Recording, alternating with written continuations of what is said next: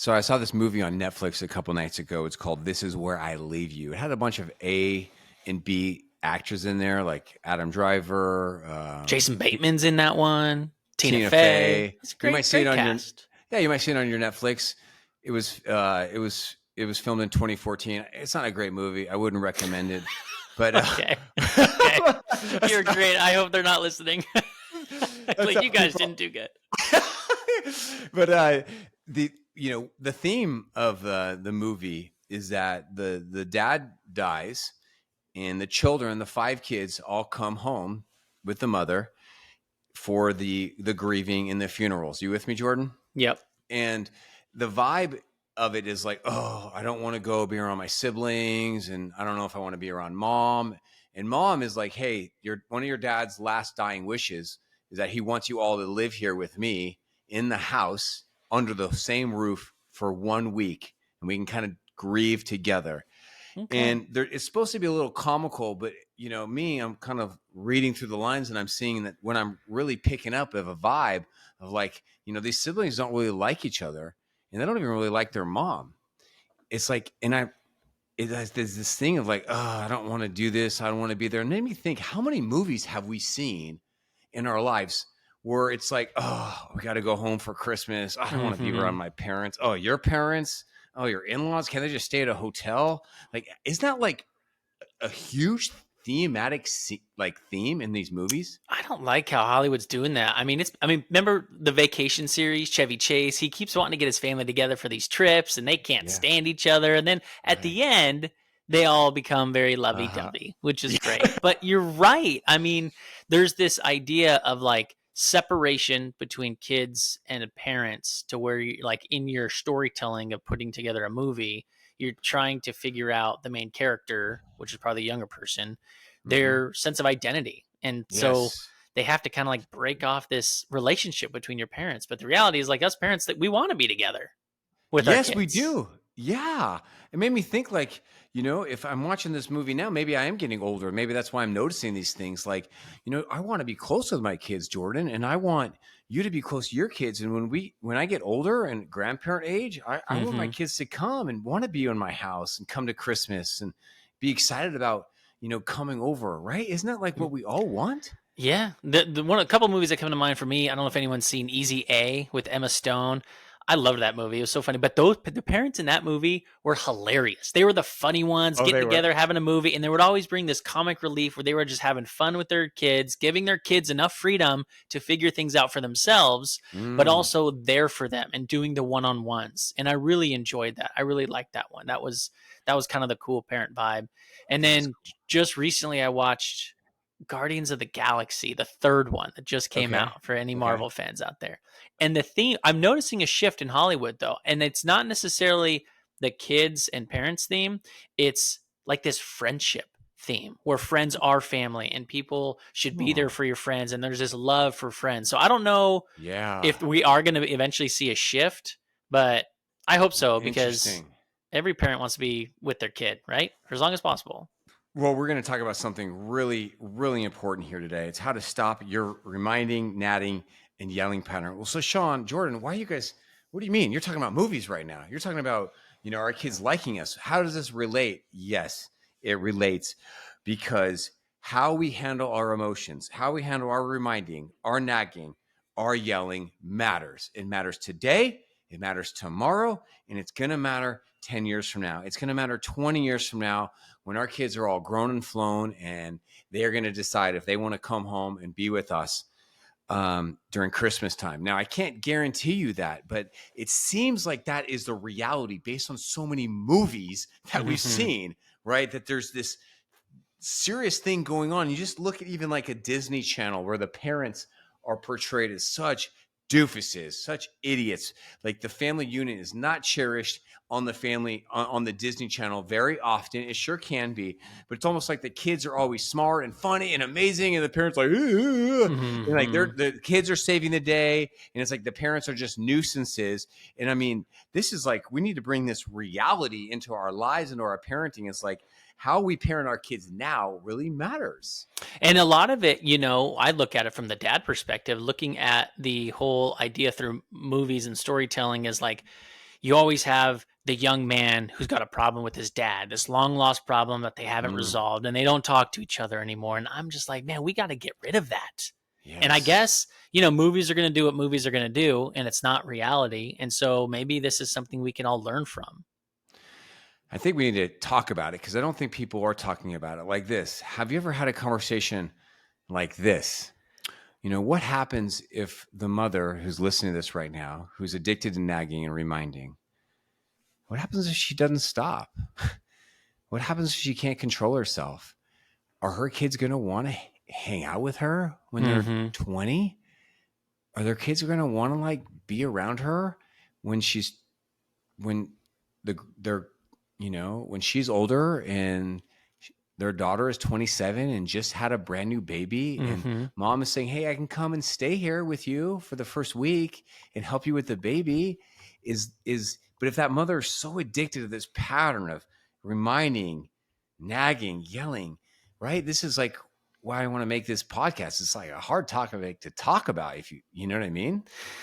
Yeah, I mean, several of us right now listening are probably like, "Yep, that's my life. I can only spend 3 days with my mom or my dad because they're just too much, And then Too they much. they they show my kids stuff that I had as a child, and it's bringing back memories for me. So, how do Right. we change that? How do we Oh not man. become the nagger? Because the idea, here's the thing, is I don't think we want to nag. We're not trying to nag. We just want our kids to do the dang chores, or we want our kids to Sure wake do. up on time, clean their room, brush their teeth, or for you, bedtime when I say it's bedtime, Oh gosh, yes. Okay. And so maybe Right. if, our kids are like, gosh, every time it's bedtime, dad has to Right. nag, and they're Yeah. not learning. We're not Right. changing our methods. And so it's just a never ending cycle. You know what? I think that today's podcast is hopefully going to change people's lives and a lot of people's lives. Um, but before we get into it, I just thought of something. Can I tell you something cool that I got? We're getting a lot of nice messages from you guys on the Apple reviews, podcast reviews. Thank you so much for your words. Thank you for what you're writing me on Instagram and on Facebook. And here's something nice that somebody wrote. Jordan, can I read it to you? Yeah.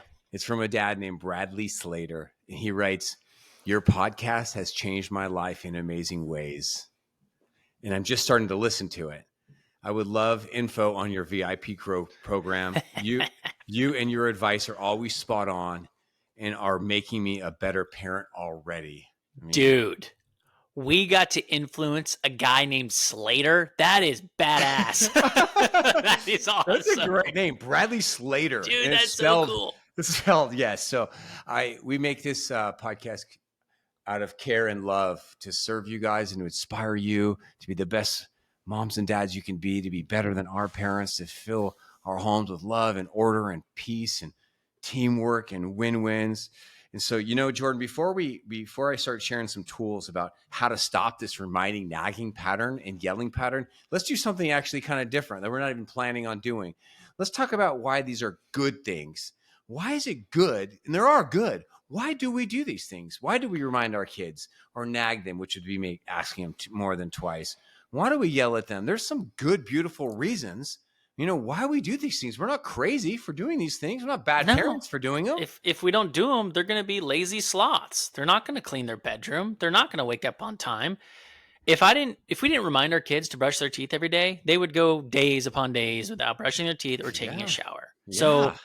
it might be considered nagging. I'm going to call it parenting, and hopefully you're going to teach us a way to do it with grace. Right. Because if we weren't here, you'd have these kids just running in the street every day, getting hit by cars. It's like, no, you got to stay out of the street, dude. Oh my gosh.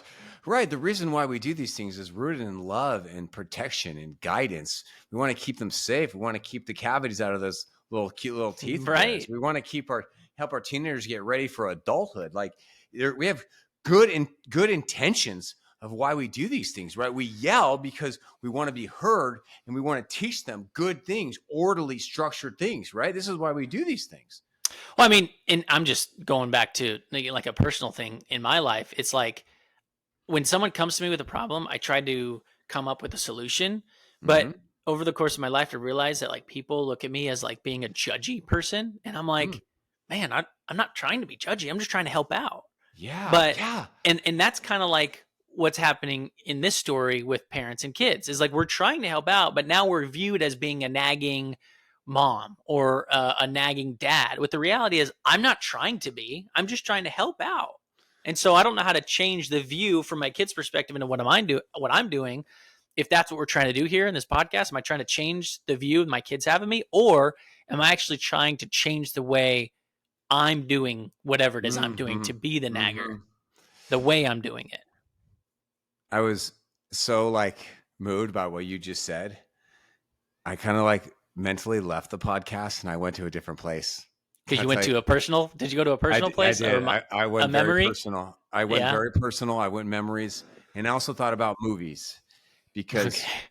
if you think about this fictional character that I just talked about, like, you know, you're a mother and your 27-year-old daughter just had her first baby, and you want to go stay with her. Remember that story? And but the daughter doesn't want the mom to come here. Why? Well, because the mom is addicted to reminding, nagging. But why does the mom do this? Well, because the mom just wants to help out. Right. Right. This is Right. why. And this is why if you have a parent who is older now and they're still parenting you and you're an adult, you're a parent yourself, that's probably why they do it, right? They're just trying to be helpful. We would hope so, but as kids, we're not going to know that. We're just going to look at them as like they're yelling at us again. So No, annoying, right? you've asked me 3 times. Okay, well, go Right. and do it. No, I don't want to. Whatever. Right. They're not going to Yeah. look at us as like, oh, you know what? My dad told me to go to the bed 5 times because he knows that I need sleep.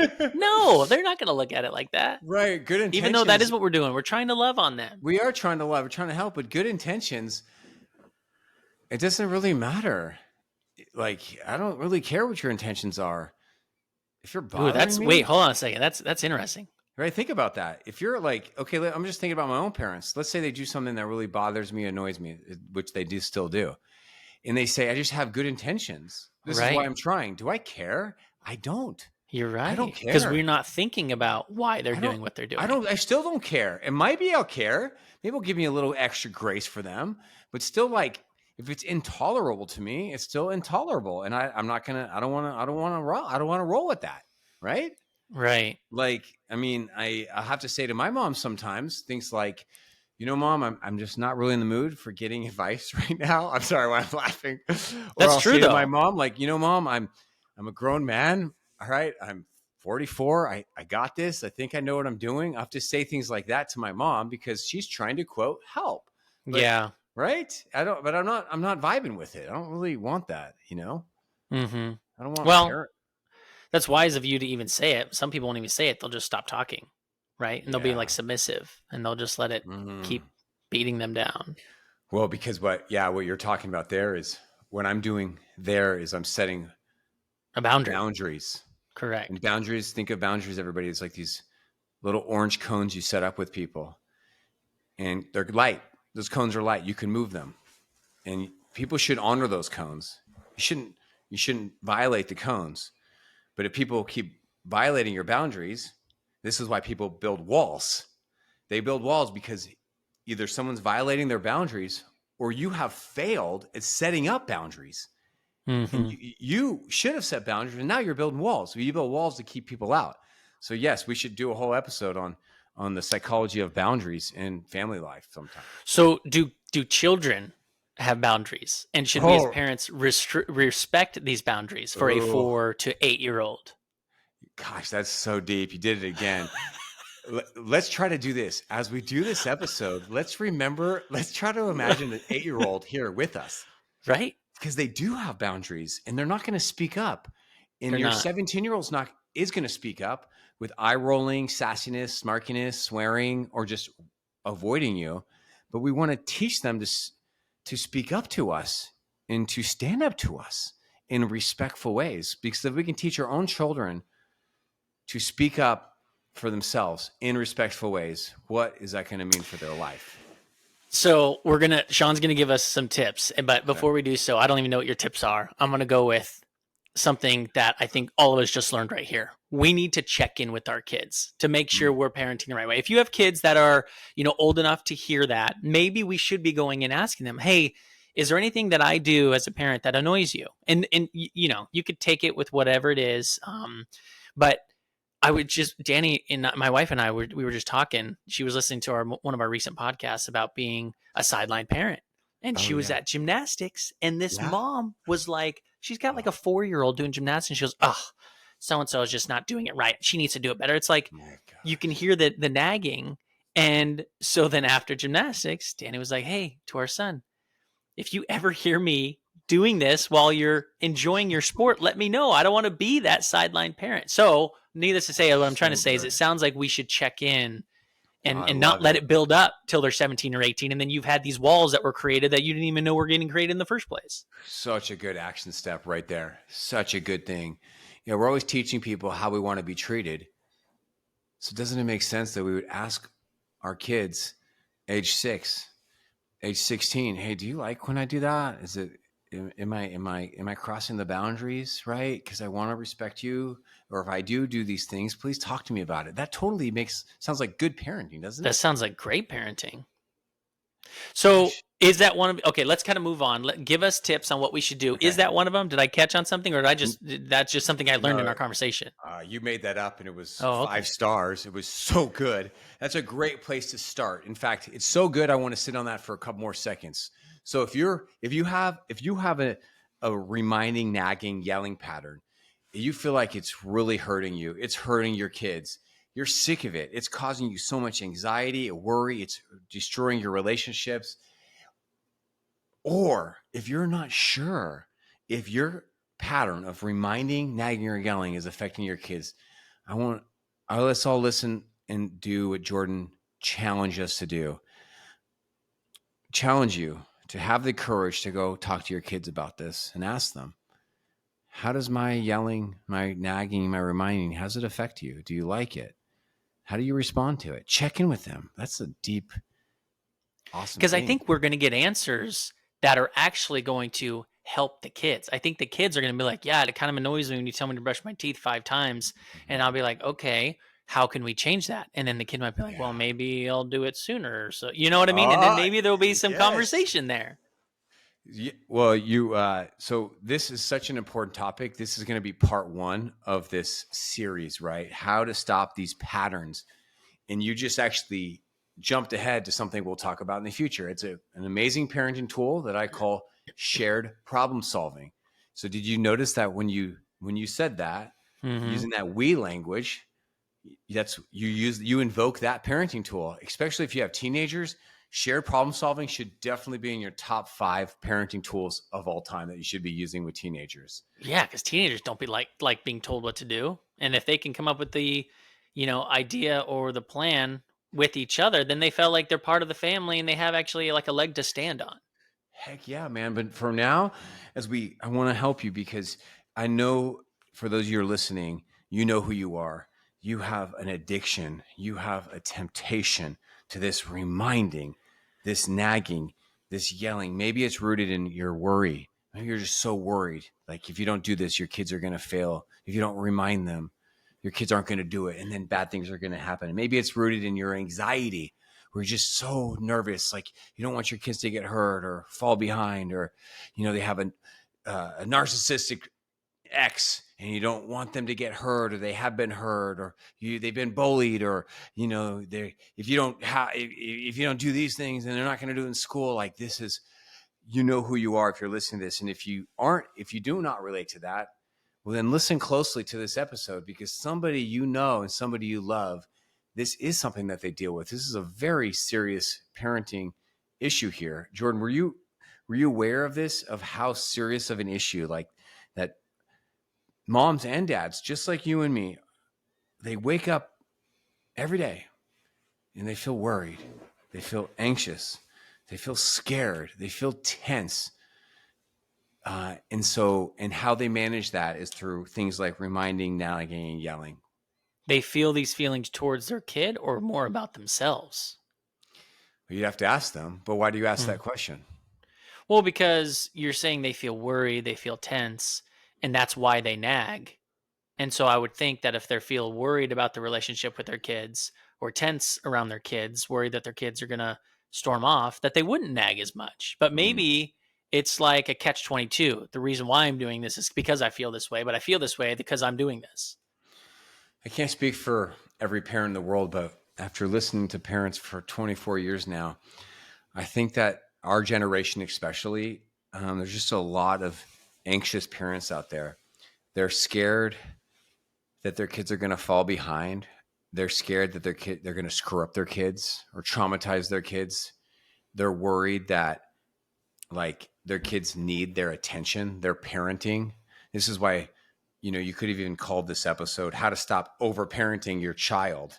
So it's like before we talk about how to stop overparenting, we need to allude really briefly on why do people overparent?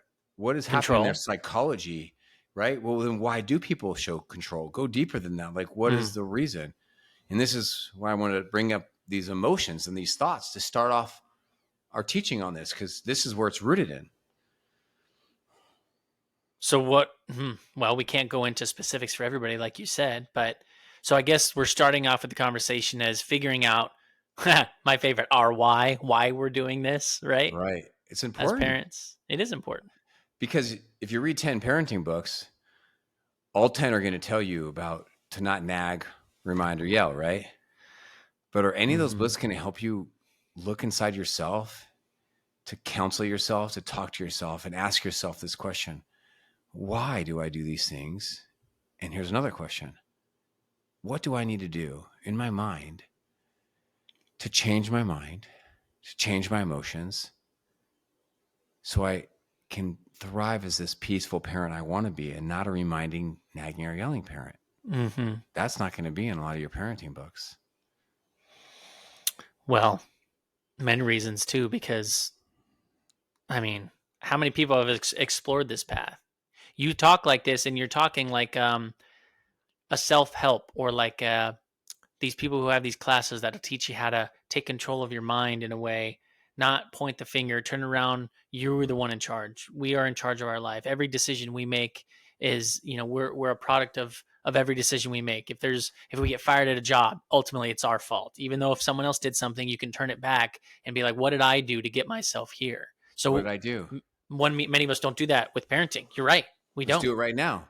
If you are really into nagging, reminding, this cycle, this pattern, what I'm have you trying to done? get Well, the reason why I would do that is because I'm trying to you could go back to like respect or like I like a clean house. So we should pick up after ourselves.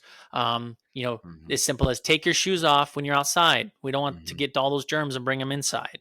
And they keep doing it. It's like, how many times have I Oh, told you? Take your shoes off at the door. What are you right. doing? So you're answering the question very well. If the question is, and I'm going to ask it again because I really want you to think about this, like, how did you get here? What have you done to yourself? What thoughts have you let consume your mind that now you are this nagging, reminding, yelling parent, and you've been caught up and snared in this cycle? And Jordan, you're giving us one answer for some people. It's something you said about 5 minutes ago. For some people, the word is control. They like being in control. They like what they want, how they want it. But you got a situation on your hands because you had human beings pop out of your privates and you can't control them, or you put a human being in someone else's junk and now they're in your home and you can't Right. control Right. these people. Right. What are you going to do about that? Right? Or let's say Well, some people think they can control 'em. If you're living under my roof, you're going to listen to my rules. and And that's it. Take it or leave it. that's it. Some people, I don't know if it's rooted in control. I think for some people it's rooted in worry. Jordan, they were so hurt by their own parents as a kid. They're very afraid that they're going to hurt their kids. That's a legit, real thing that clients tell me about every day. Hmm. That's great that they're opening up to you to say that because I think there's a lot of people out there that wouldn't even admit that. Well, if you do need help, if you want to go deeper than a podcast, join me in my VIP experience, and we can be talking numerous times a week, me and you. So, here's some things. Okay, let's go to number one. How do we stop a reminding or nagging, yelling parent? Number one is I want you to change how you talk to yourself. Change how you talk to yourself. If you are caught up in this pattern, where do I start? How do I change it? I'm going to show you how to change, but you've got to be dedicated to changing your mind because our thoughts become our reality. If you are focused on controlling your children, making sure they do this and don't do that and don't do this, don't do that, then that is what's going to come out of your mouth. If your thoughts are focused on worry, well, then you're going to feel anxiety in your body. It's like you're pushing your own button. If your thoughts are solely focused on scary thoughts, or why does it do this? What's going to happen here? What's going to happen here? What happens if I do this? What are they doing right now? Do they like me? Are they upset at me? Do I need to be over here? Do I need to? You're going to give yourself worrying emotions. It's like you're going to give yourself anxiety because our thoughts create our reality. You vibe on that, don't you? Yeah, but let's go deeper because you could go the counter side of that and you're so worried about, let's say you're walking on pins and needles next to your kid that you're just going to allow them to do everything because you don't want to punish them because you're afraid that they're going to run away. Or let's go back to my shoe idea. The kids won't take off their shoes when they get to the door and they bring in all this gunk inside. So Yeah. I'd like a clean house. Yeah. What the heck? Take your shoes off. I'm nagging. I do it every day. Yeah. So I know the answer to We'll this, but get I'm going to there. ask it Yeah. anyway. Are you saying I should change my mentality and just let my kids walk in with my shoe? No, Okay. no. You're going to pick your battles wisely. But yeah, if you don't want mud coming in your house, and I don't either, we'll get there in a second. But here's where it starts. Let's say it's a dirty cat box. Okay. Let's say they haven't cleaned up the dog poop. They haven't emptied Correct. the dishwasher. Let's say Yes. they're just leaving their shoes all around. Or a little pet peeve of mine is when kids leave their shoes right around areas where people walk. Right? Yes. Like You're I right. don't want to. I You don't don't want want a broken someone to arm. trip. Right. I mean, Right. so what are we going to just say? Oh, kids will be kids. Let them shoes. Well, a lot of parents, yes, that's what they do because they're afraid. They're afraid. That Johnny, I told you 15 times to pick up your damn shoes. Yeah. The hell's this doing here? Right. So then we yell and we get upset. Or we go the other direction. We get afraid. I fear that if I ask my child to move their shoes or to do something, that they're going to yell at me. They're going to whine. They're going to call at me. I don't fear. want to. Right. I And then it's going to cause more drama. Right? So Right. I'd rather just pick up the shoes or ignore the shoes as a Right. symbol. Or I'm afraid that if I were to discipline my child or put boundaries around my child, well, then they're going to explode. And I don't want to deal with the explosion. I'm afraid that if I were to not rescue my child, well, then they're going to get a bad grade and then they're going to feel bad about themselves or they're going to, so it's just so much fear. When we are parenting in fear, bad things are going to happen.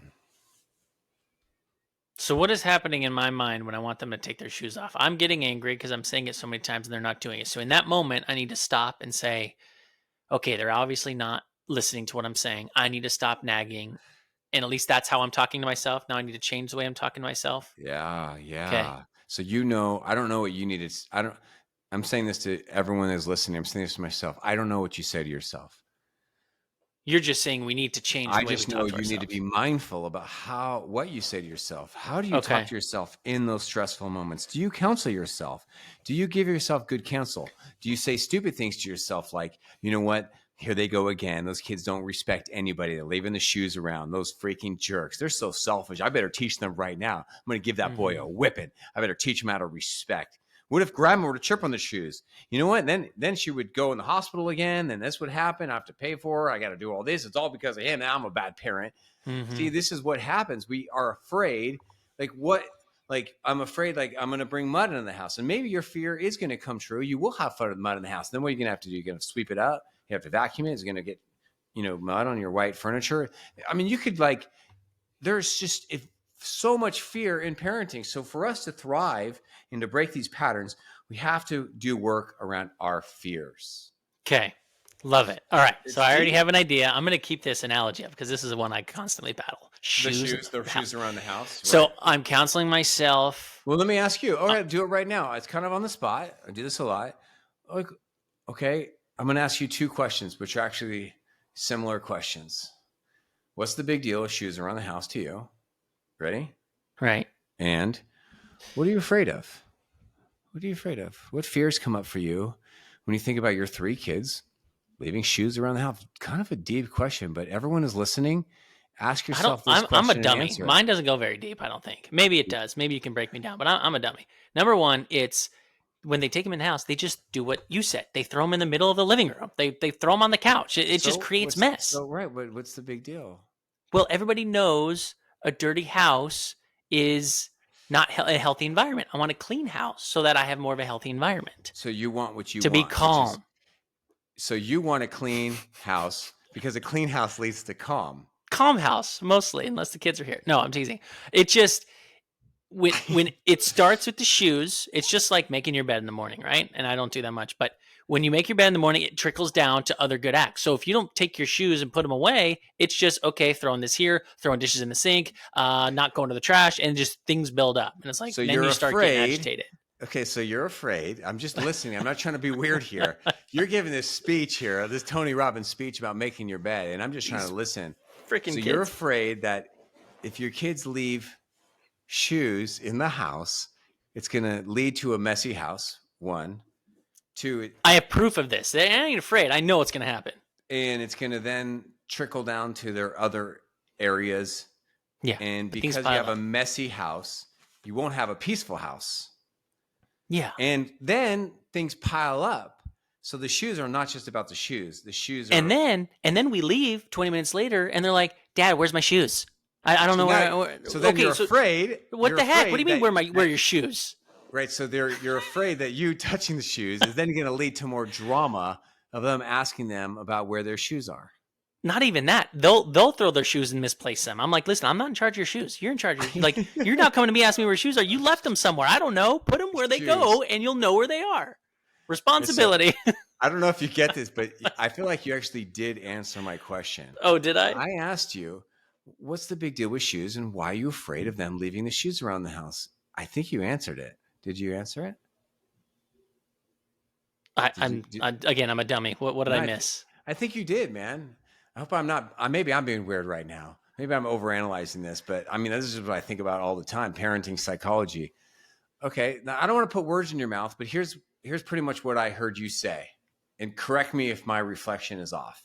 You know, Sean, the shoes are not about shoes. That's so true. Parenting is never about what it's about. For me, it's about a lot of things. One, it's about cleanliness. It's about how I want to keep my house clean, because for me, a clean house means more of a peaceful house. And when the shoes are where they're supposed to be, it also gives me peace of mind, so I don't have to be afraid. What do I have to be afraid of? Well, I don't have to be afraid that they're going to misplace their shoes, which is then going to cause more drama and more conflict communication. So it's really scary for me when the kids, this is so dramatic. This is definitely so weird. This is good. No, keep going. I think I'm being weird now. It's really scary for me. Keep going. For me, when the kids leave their shoes around, because it represents so much stuff that I don't like. And it's like bad things can happen when they leave their shoes around the house. Okay. Yes. And I'm scared of all these bad things happening. Yes. In a very deep sense, that's basically what it's about. But it's just like on the surface, it's like, put your shoes away. Go to bed on time. Right. Brush your dang teeth. Right. So if point number one is change how you talk to yourself, here's point number two. Speak the truth to yourself in those stressful moments. Can I explain? Yep. Okay. Here's a scenario we all relate to every freaking day for some of us. Let's say you got to get the kids in the car. You got to take them somewhere that has a start time. Okay. Let it be a birthday party, school, going to church. We've all been there, right? And it's like, yeah, one of the kids are not on time. I mean, it's such a... Do you know why? Why? Because they didn't put their dang shoes away and they can't find their dang shoes. That's why we're late. I'm telling you. Right. So gosh, that's another dang it. reason. Right. Oh my gosh. Right? Or if you got teen daughters, there's a whole bunch of reasons too why they're not. So, all right, out of these two options, what do you think would be a healthy thought life for parents? You ready? Out of these two options. Option one, oh my gosh, here we go again. Gosh, these kids are so selfish. We're going to be late. They're going to get a bad grade. I'm going to get emails from teachers, emails from the church people. Everyone's going to think I'm a bad parent. Hurry up, will you? Hurry up. I told you. Hey, don't I don't want to hear it. Don't forget to do that. What are you doing? Did you check this? Did you check that? Come on. Oh my gosh, if I don't do this, this kid's going to kill me. Seriously, what is this? Stop picking on your brother, okay? I said stop, okay? We're waiting for your sister to get ready. What are you doing? You're wearing that to church? No, you can't wear that. No, you can't wear that to school. Hey, did you get your science homework? You didn't get your science homework? No, go back in house and get your, we worked on that for 30 minutes. Go to your science homework. Gosh, oh my gosh. We got to get these kids on time. Here we go. Another message to the teacher. I'm such a bad mom. Okay, that's option one. What do you think about That option sounds one? like a terrible option. So many of us have that. That's what we go through every day. I get it. Okay. What's the second option? We're all leaning towards the second option. Oh. Yeah, so this is going to be an easy quiz here. Right. It's going to be option two, everybody. Right, okay. Maybe I'm being weird again. This is what we should change the title to. This is Sean gets weird with Jordan about fears. That's what it should be called. Now, in option one, what is the parent afraid of? What are their fears? It sounds like they are afraid of what others think of them. They don't want to be late because they don't want the teacher to think they're a bad parent. Okay, that was one of their fears. What else? There was a lot of fears that came out of my mouth for that little role playing. What else did you hear? What else did you hear, man? If they're late, they are showcasing bad responsibility. I don't know. Okay. You list them. It sounded to me like that parent, and a lot of it was worried about what others would think of them because they are late. Maybe that's what you heard, but people listening to this heard a lot of other things too. They heard themselves in that. They heard their kid failing. They heard, I'm a bad parent. I'm afraid I'm a bad parent.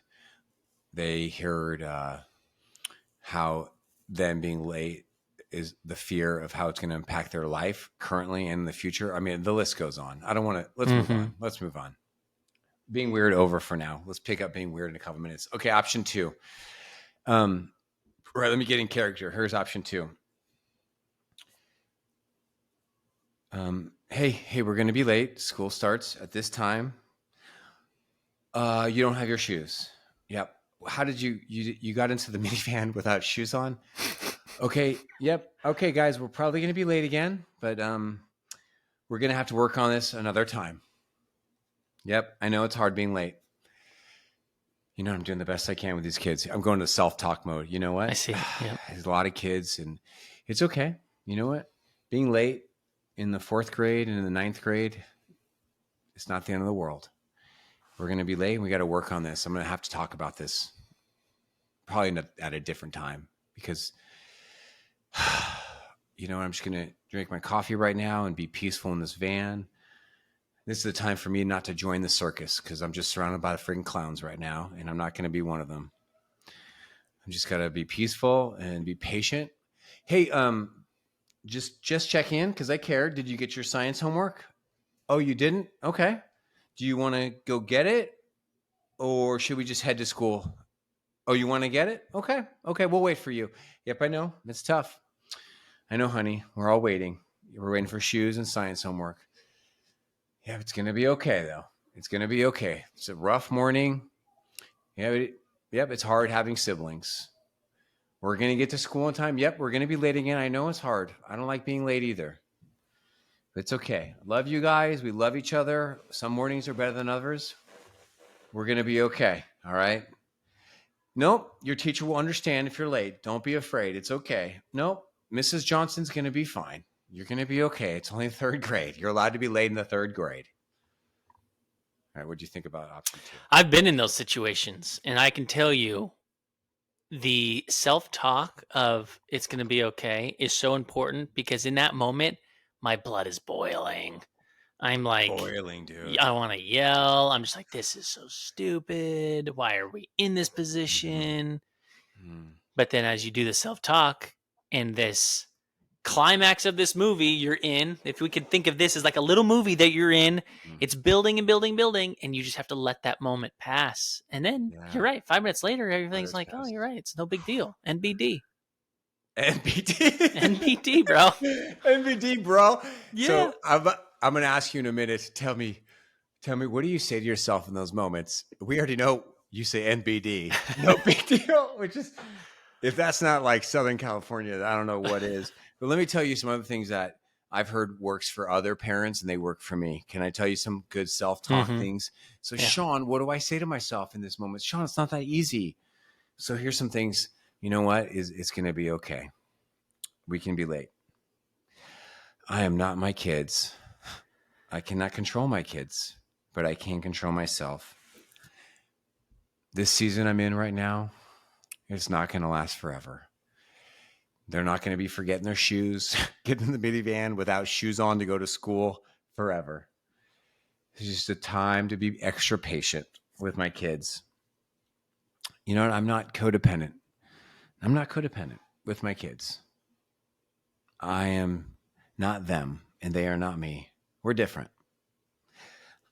I'm not going to let their moods or their behavior become my moods or my behavior.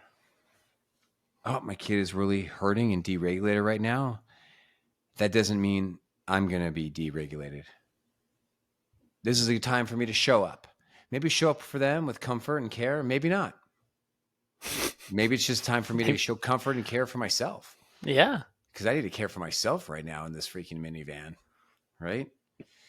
How do we speak the truth to yourself? I've said this before, and I'm going to say it again. It's like a little riddle.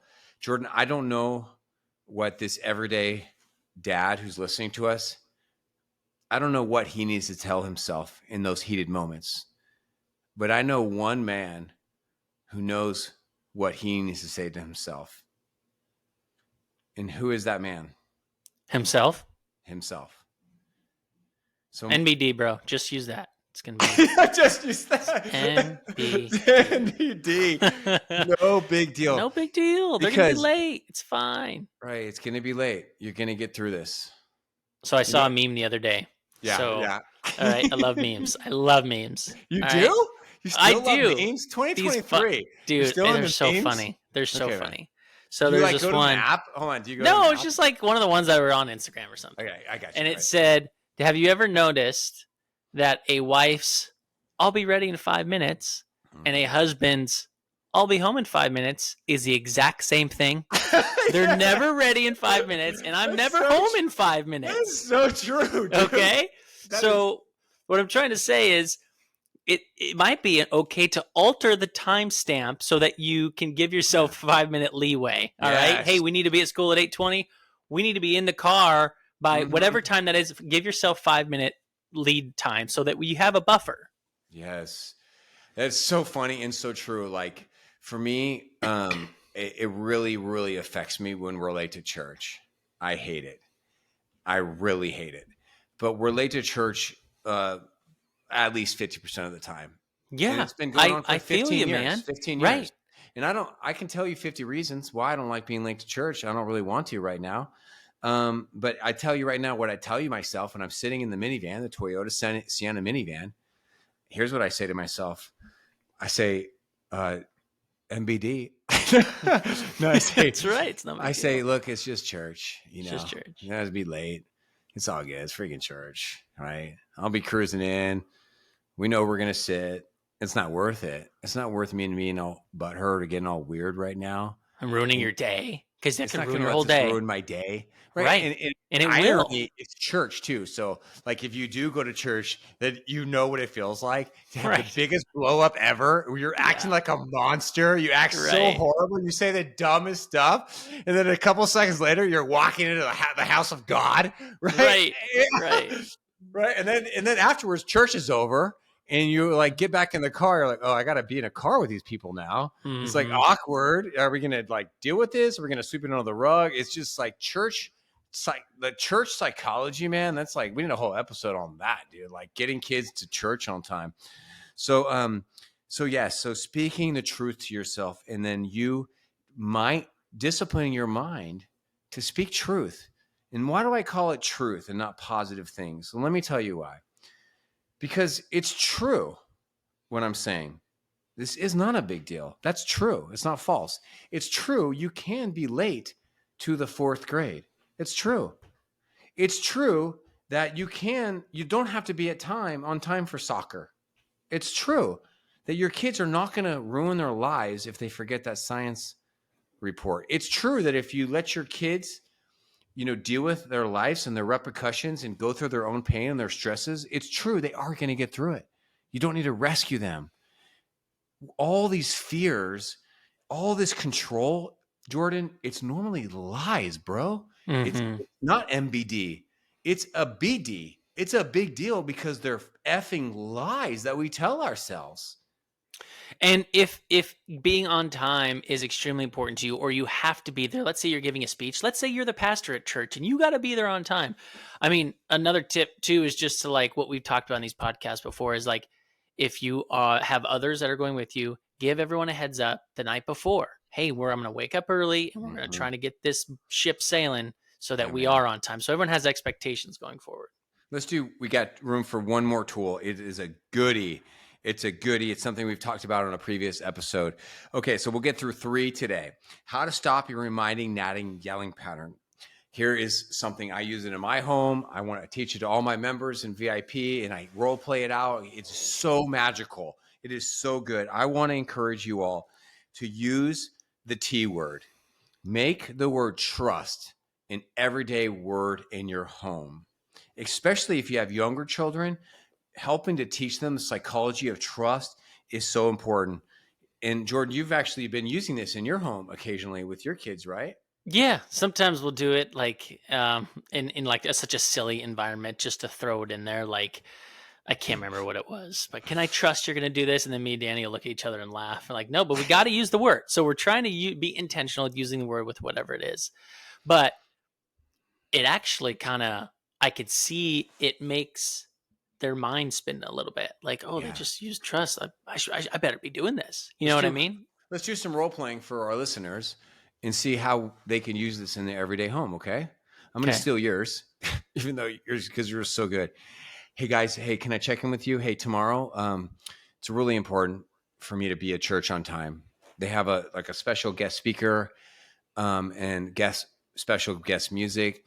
It just would really be important to me, because for us to be on time. Can we please? Can you please be ready on time? Yeah, Oh, we got to go to church tomorrow. yeah, yeah. It's just really important to me, and I do a lot for you. And so I'm asking, can you please Oh, do this for me? Can I? Can you please be on time? Be ready to go for church at 9:30. okay.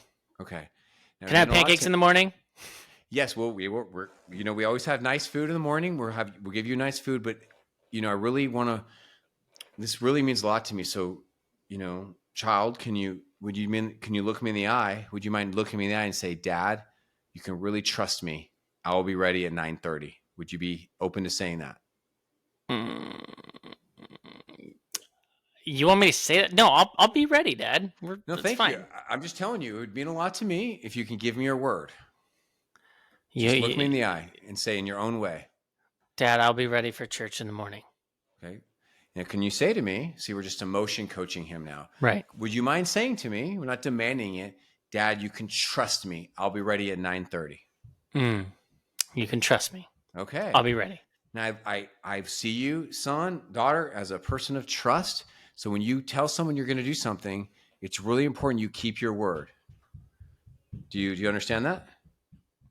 Yeah, I'll be ready. Okay. Now, is there anything You can trust me. good? I love that. Is there anything, and you can trust me, and I'll make you some dope pancakes tomorrow. Okay. And Okay. then can we go to the pool?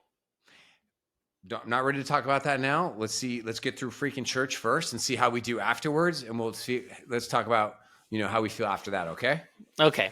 All right, you go. Now give me a scenario, and I guess I'll pretend to be a kid. I guess that's what we're doing. That was a good one. That Um, was a good one. That was a all really good right. one. Guys, come here. We need a family meeting for a second. Come here, come here, come here, come here. Okay, Oh, family listen. meeting about Nope. what? Just, it's gonna take 5 minutes. Just please come here. Okay. Okay. Okay. Okay. Guys, we've got to figure out the situation with your shoes. I am going a little berserk, Good. and I ask you every day, and I'm sorry I'm nagging. It's just driving me crazy. Can I trust that you guys tomorrow when we get home that you will walk your shoes up to your room? No, I just forget, and I don't like wearing my shoes. It's just easier for I me just to put them here and there. I understand. I know. I mean, you're right. They'll be down here. But what happens is then Kinlan grabs them. He'll throw them off the stairs. It'll hit mom in the head. Like, I can't have your shoes everywhere. And you're tracking in all the dirt.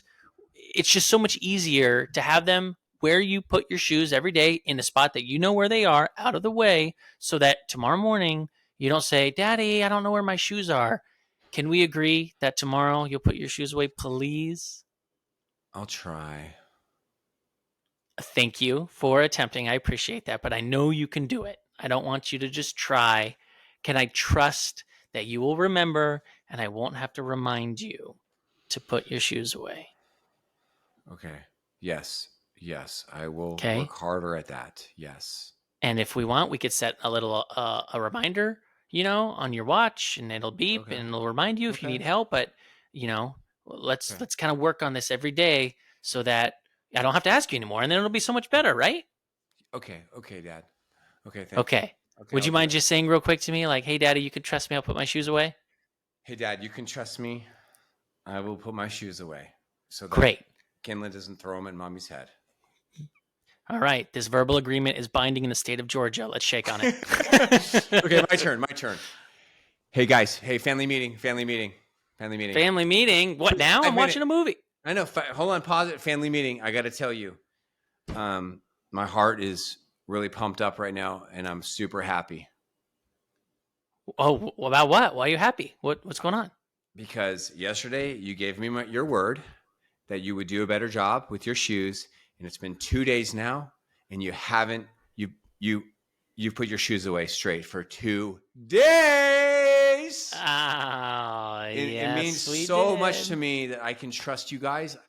I try to let a lot of stuff go, but these shoes just drive me nuts, you guys. And so it means a lot to me. I feel really respected and loved, that you care about me. And I know it's hard for you, but it feels so good that I can trust my kids to keep their word. Thanks, Daddy. Love you. You're Can the I best. play? Can I hit play again? Yes. Can I keep watching? Family meeting's over. Thank you, guys. Okay. Family meeting's over. Okay, go. You got one more in you? You got one more? No, that was good. I liked how you added a family meeting after. I'd never done that. That's great. As like a hooray. Well, so yeah, when we celebrate, when we talk about trust, it's cool to talk about it like with pain points. Like, hey, you know what? I pulled the car over because we need to talk.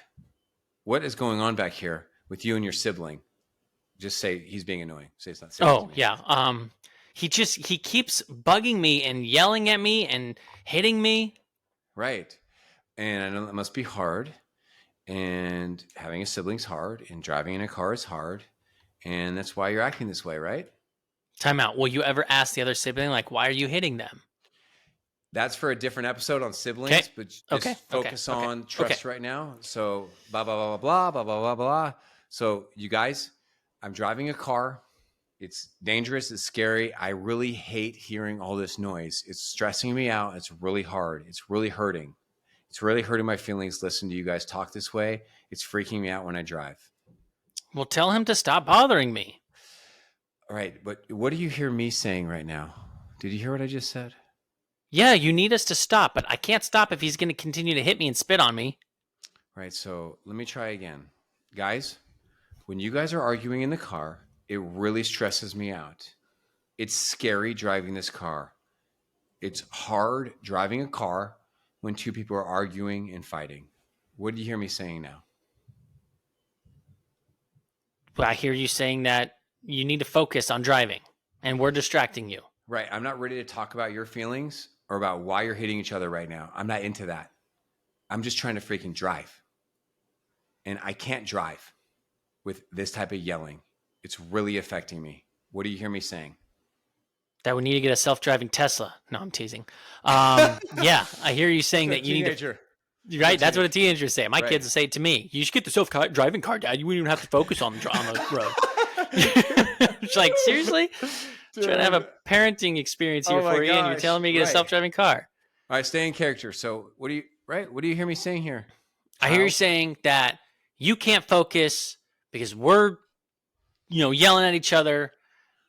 Can you just tell Caden or Emery to stop doing what they're doing? Kinlan keeps kicking me. No, I don't want to do that right now. I don't want to talk about your feelings.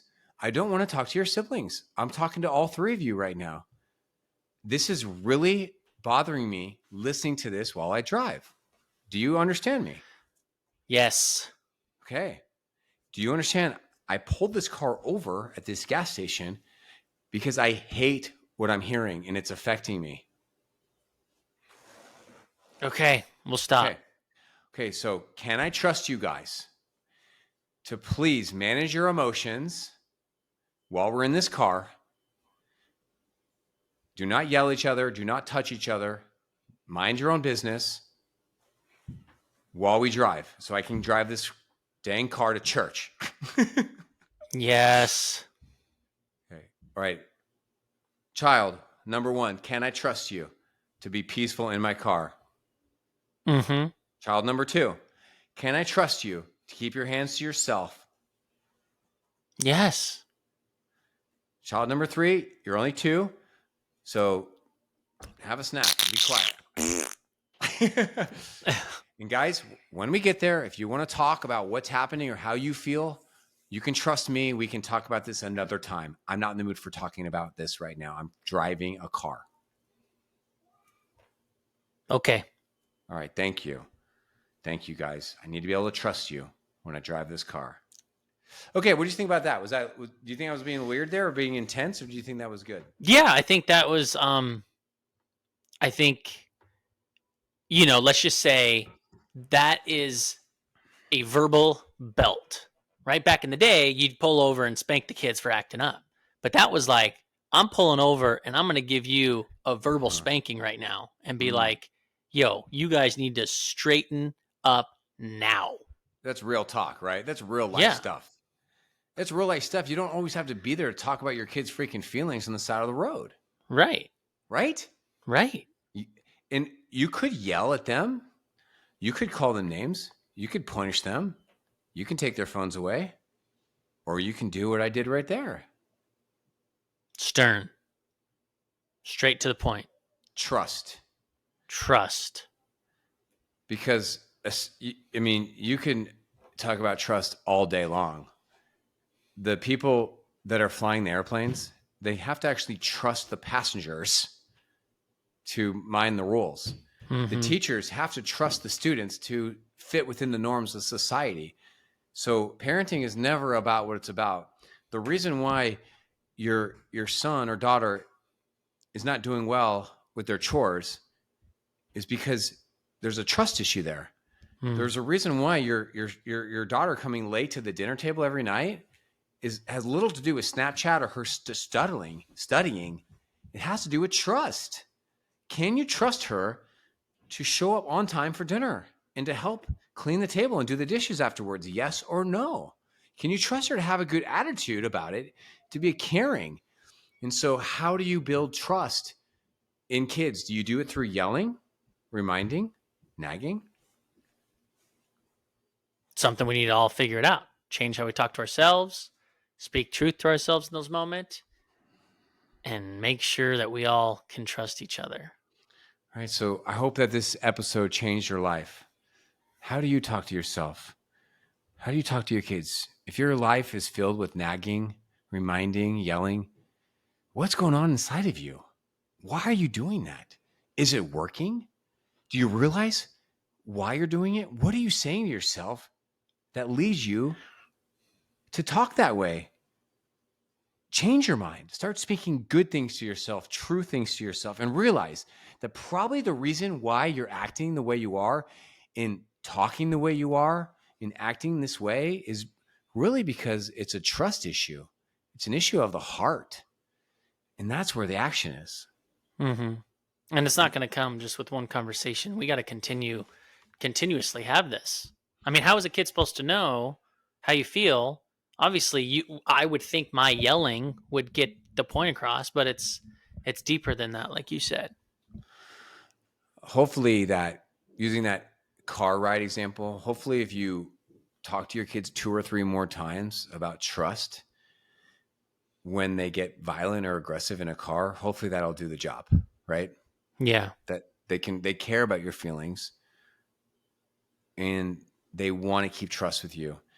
And if that doesn't solve that issue, we'll keep at it. But you also might need some more tools and some more approaches, because if you don't have trust, you don't really have anything. Right. Right. If the first gas station pullover doesn't work, the next time you pull over, you slam on the brakes and get a good screeching sound. That'll make them. They'll be like, "Whoa, what's going on?" Dad is mad. That is mad. Escalate the drama. Escalate. And we want to do this for now, and we want to do this for the future. We want to do it now because it's no fun to be in a home with yelling, nagging, or reminding. It's no fun to be that parent. It's no fun to be a kid who has a yelling, angry, nagging, annoying parent, right? Yeah. That kid won't want to be close with you. And we don't want to be known as that parent. That's not who you are. That's not who you are. You're not a yeller. You're not a reminder. You're not a nagger. You're not a controller. That's not who you are. And we want to do that for the future too.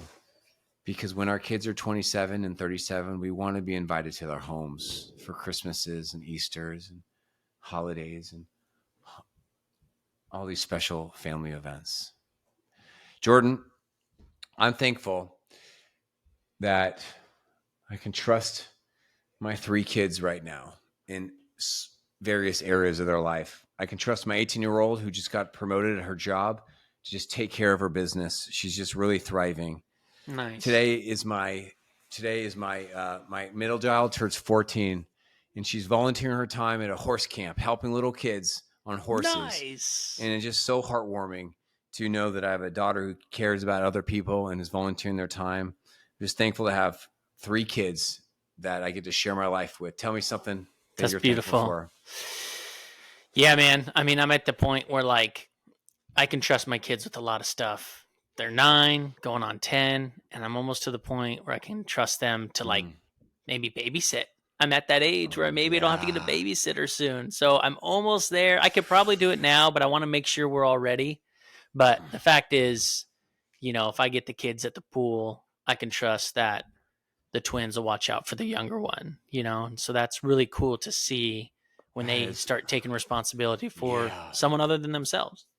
Oh, it's a great feeling to have kids that you love their little brother, and you can trust them to care for him and protect him and sit him.